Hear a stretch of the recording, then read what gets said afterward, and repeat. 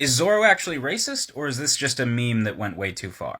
Well, since the entire meme is based on Zoro's opponents, let's look at all of his opponents throughout the series. First off, we've got Captain Morgan. I don't know about you, but Captain Morgan kind of gives off the vibe of white dude with way too much power that went to his head. So I don't think that he contributes to the theory.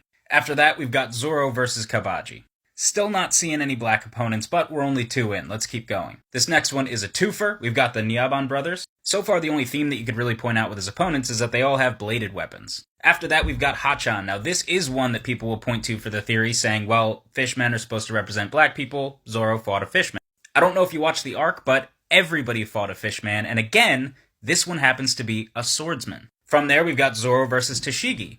Again, not really seeing a theme of POC, but I am seeing a theme of swordsmen, or swordswomen. Now, this is definitely an opponent that people say contribute to this theory. However, 2 things. 1, Zoro was technically just defending the Straw Hats here, and 2, he didn't just single out one opponent. He was fighting 100 different people of different nationalities. Just because one of the strongest happened to be a POC does not mean that Zoro was targeting them for that reason. Up next, we've got Daz Bones, and here again, Zoro is fighting against a POC, who also happens to be a swordsman. In fact, basically a human sword. Not to mention the fact that another theme that you'll see throughout Zoro's fights is that he's usually fighting the second strongest member of whatever opponent group they're fighting.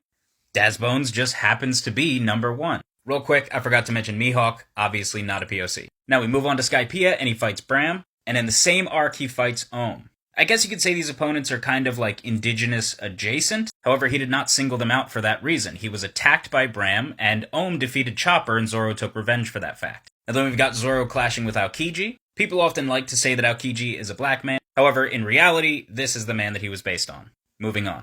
On the Sea Train, we've got Zoro versus T-Bone. Again, another swordsman. Again, not a POC. And again, not fought because of the color of his skin.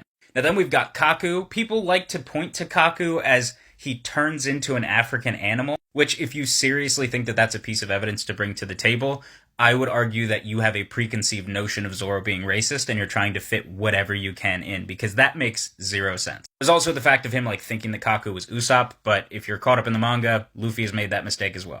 It's a joke about their noses. Now then we see Zoro clash with Shu. Again, I guess you could say he's got kind of a Middle Eastern motif with the veil.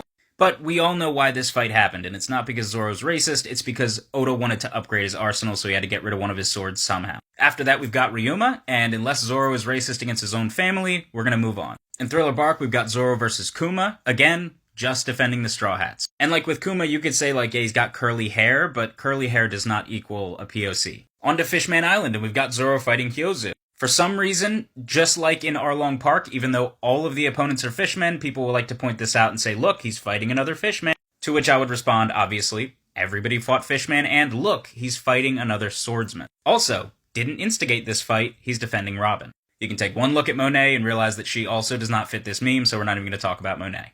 In Dressrosa, we've got Zoro versus Fujitora. Only thing that you can really glean from this is Zoro fought an admiral, and, yet again, a swordsman. Still in Dressrosa, we've got Zoro versus Pika. Now, calling him a POC, potentially, he's really no darker than Zoro was pre-time skip, and he's for sure not supposed to be a black guy. And again, he's a swordsman. And, again, the second strongest. Now, the next big one that people talk about is Zoro versus King.